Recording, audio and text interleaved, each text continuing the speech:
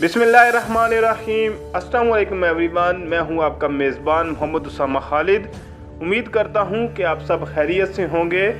कुर्लुश Usman episode number 137 release हो चुकी है और इसके साथ साथ अगली एपिसोड का पहला ट्रेलर भी आ चुका है। अगर एपिसोड की बात की जाए तो बहुत ही कमाल एपिसोड थी।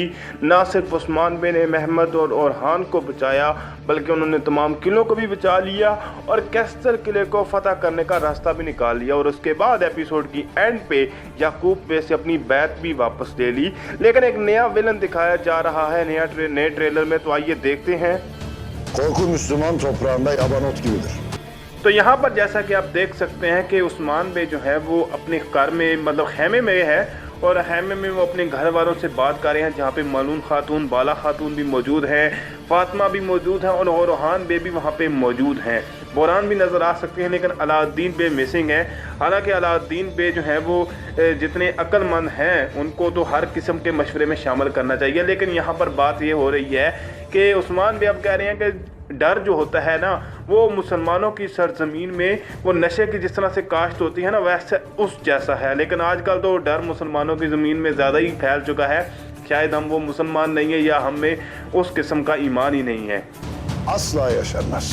Ama eğer ki yaşatmaya çalışırlarsa तो यहाँ पर उस्मान बे की बात का मतलब ये है कि जो डर की जो जिस तरह नशा है ना वो मुसलमानों में जिस तरह नशा है जो मुसलमान के लिए हराम है, इसी तरह मुसलमानों की ज़मीन पर डर ऐसे ही है जैसे एक नशा है और वो मुसलमानों की ज़मीन पर कभी भी नहीं उग सकता, यानी कभी भी मुसलमानों के दिल में डर नहीं पैदा हो सकता। लेकिन अगली बात जो कह रहे हैं उस पर वो उस्मान बे कह रहे हैं कि अगर ये डर जो है वो मुसलमानों की ज़मीन में यानी मुसलमानों के दिलों में पैदा होने लग जाए तो उसके बाद हम क्या करेंगे ये अगले सीन में देखा जाएगा। तो आइए आगे देखते हैं। buna da asla müsaade etmeyiz. Usman बे ने अपनी बात ख़त्म करते हुए कहा कि अगर डर ये जो है मुसलमानों के दिलों में आने की कोशिश करेगा तो हम उसकी बिल्कुल भी इजाज़त नहीं देंगे।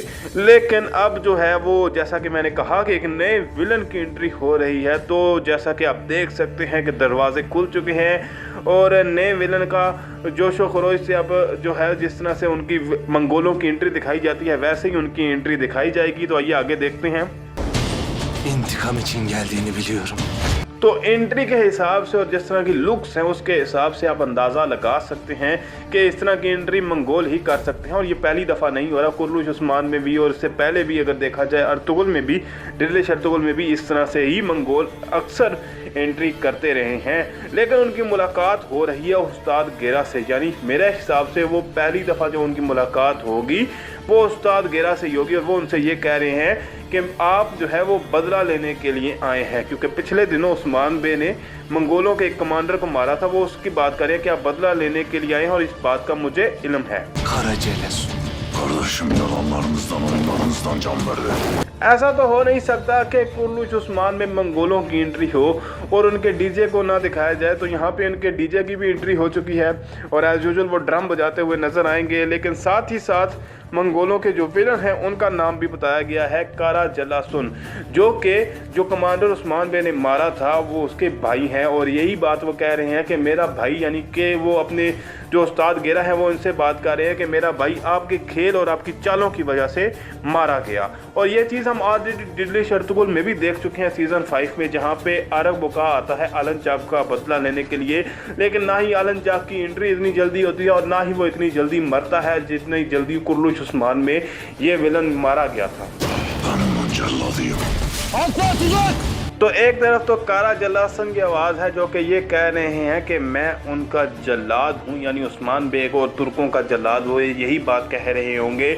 जो उस्ताद गेरा के साथ बात करेंगे तो वहीं पे ये बात कह रहे होंगे मैं उनका जो है वो जल्लाद हूँ। लेकिन यहीं पे इस सीन में अगर दूसरी तरफ देखा जाए तो उस्मान बे को एक जाल में दिखाया जा रहा है, जहाँ पे उस्मान बे जाल में फंसे हुए, यानी कि उनको वाकिफ़ हो गए हैं कि ये जाल है। लेकिन उनको शायद इस जाल से भी अंदाज़ा हो जाए कि मंगोल जो है वो दोबारा वापस आ चुके हैं और जिस बला को उन्होंने खुद ही दावत दी थी वो इतनी जल्दी ही वापस आ चुकी है। Ya birlikte öleceğiz ya beraber savaşacağız. उस्ताद गेरा को इस वक्त जो है वो सबसे ज़्यादा ज़रूरत थी एक इत्तेफाक की, यानी कि उसको एक बहुत जो स्ट्रांग मुत्तहिद होता है ना बंदा, उस तरह की उनको ज़रूरत थी। क्योंकि उनको रोम के इस वक्त लेफ्ट के किले में देख लें या किसी भी किले में देख लें या कोई भी तहफूज़ देख लें, वो उनको इस तरह के मुकाबले का नहीं मिल रहा था। तो इसलिए उन्होंने इत्तेहाद करना है मंगोल के नए आने वाले कमांडर के साथ, और उनको यही कह रहे हैं कि या तो हम इकट्ठे मर जाएंगे या फिर इकट्ठे लड़ेंगे, यानी कि अब उस्मान बे के खिलाफ ये दोनों मिलकर चाल चलेंगे। विलन को देख के तो शायद मुझे लगता है कि मेहमद बोज़दाख ने इस दफ़ा बड़ी जो है अकल का इस्तेमाल किया है, क्योंकि उन्होंने एक ही एक्टर से 2 रोल पूरे करवा दिए। एक तरफ उनको पहले दिखाया गया तो उनको जब वहाँ पे मार दिया गया तो दोबारा उनके भाई के तौर पर दिखाया जा रहा है। और मेहमद बोज़दाख ने एक ही सीज़न में इस दफ़ा 2 रोल्स को, यानी कि 2 रोल्स को एक ही बंदे को देकर बहुत अक्लमंदी से काम किया। लेकिन इस वक्त जो है वो बात कर रहे हैं अपने आप से और शायद अपने भाई से कि मैं जो है वो तुर्कों के सरों पर आसमान को गिरा दूंगा। तो आइए आगे देखते हैं कि क्या होता है। Beyleri yolundan çevirme dayı gitti.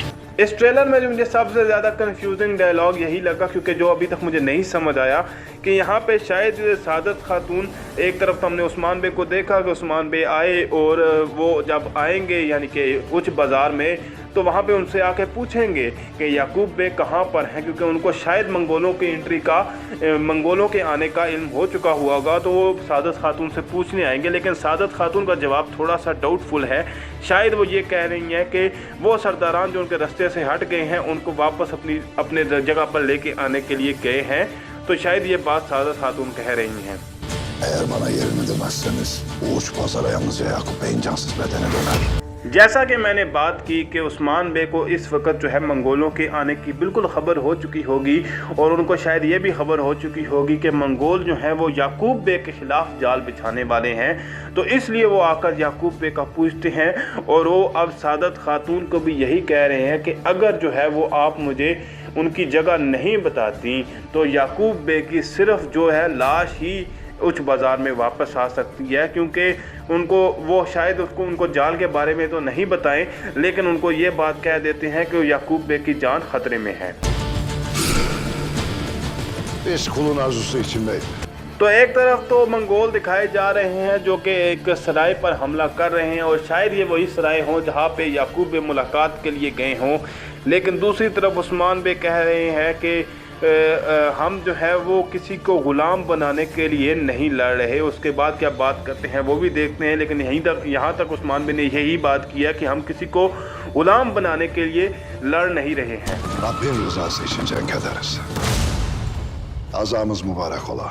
तो उसी लाइन को पूरा करते हुए उस्मान बे कहते हैं कि हम ग़ुलाम किसी को बनाने के लिए जंग नहीं लड़ रहे, हम सिर्फ अल्लाह ताला की रज़ा हासिल करने के लिए, रज़ाए इलाही के लिए जंग करते हैं और हमारा सिर्फ मकसद यही है कि हमें किसी तरह अल्लाह ताला की खुशनुदी हासिल हो जाए।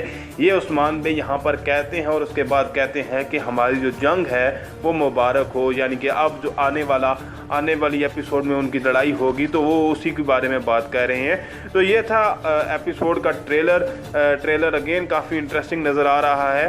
देखते हैं आने वाली एपिसोड में क्या होता है। मिलते हैं नई अपडेट्स के साथ बहुत जल्द। अल्लाह हाफिज़।